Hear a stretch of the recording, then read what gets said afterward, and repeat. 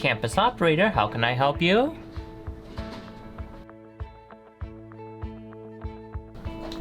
Campus operator, how can I help you?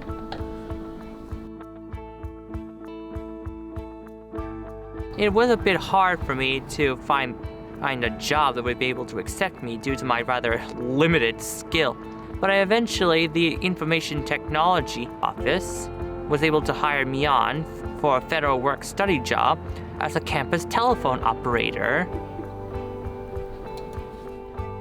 One moment, please. Do you want payroll or financial management? All right, then I'll transfer you over to enrollment services. Please hold.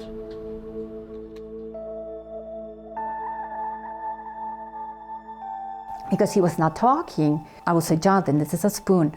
And he would just look at me and he would just point. So what I did is I wrote the word spoon and put it in the list of the plate. And he's like, he would look at it and he's like, no sound. But then I put other labels and other things, and he would go and point it and look at it, and he would grab my hand and put the finger, what is that? I labeled the whole house. I labeled refrigerator, chairs, doors, tables, bathrooms, anything. I even sometimes put the word mom in my body just for him to mom. He will play by lining all his little toys, just in lines like that. He will have lines all over the floor. And one day I was looking at him, I said, oh, he's like, so I sit down crisscross and I would sit.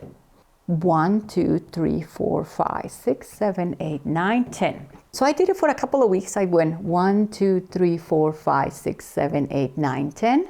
And then 10, 9, 8, 7, 6, 5, 4, 3, 2, 1. And I did it for a couple. He didn't never say anything.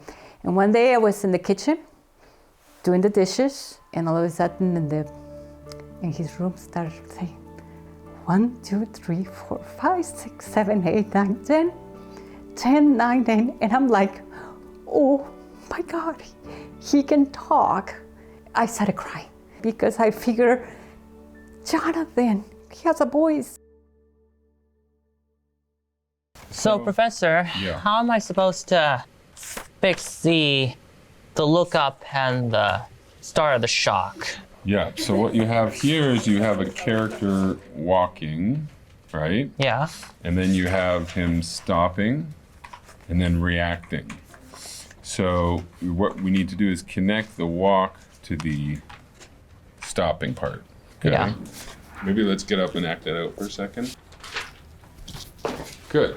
So what did you notice about what happened before he jumped back? Shift, wait. Perfect. So you've got this compression, you've got the stop, a compression, and then he jumps back, right? Yeah. Now we have to transfer what we just learned there to the drawings. He shows up in class and he's the first one to tell me that he finished his work and he wants to show it to me. So he's like first in the queue. So he's definitely managing it, he's getting it done. And then every iteration, several times in a class, he'll come and show me revised work, which I would love all the students to do because, it's sometimes a struggle to get them to show me work even once in a class. That's a great thing about Jonathan. There was one time I was doing a lecture on how to animate a tail or hair or something. It's a principle called overlap.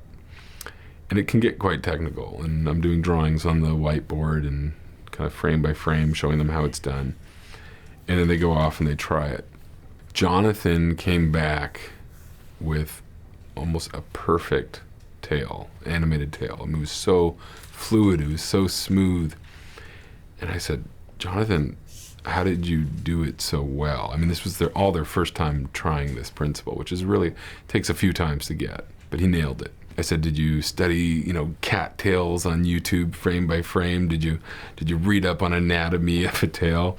And he's like, I just followed your notes. I was expecting some magical answer.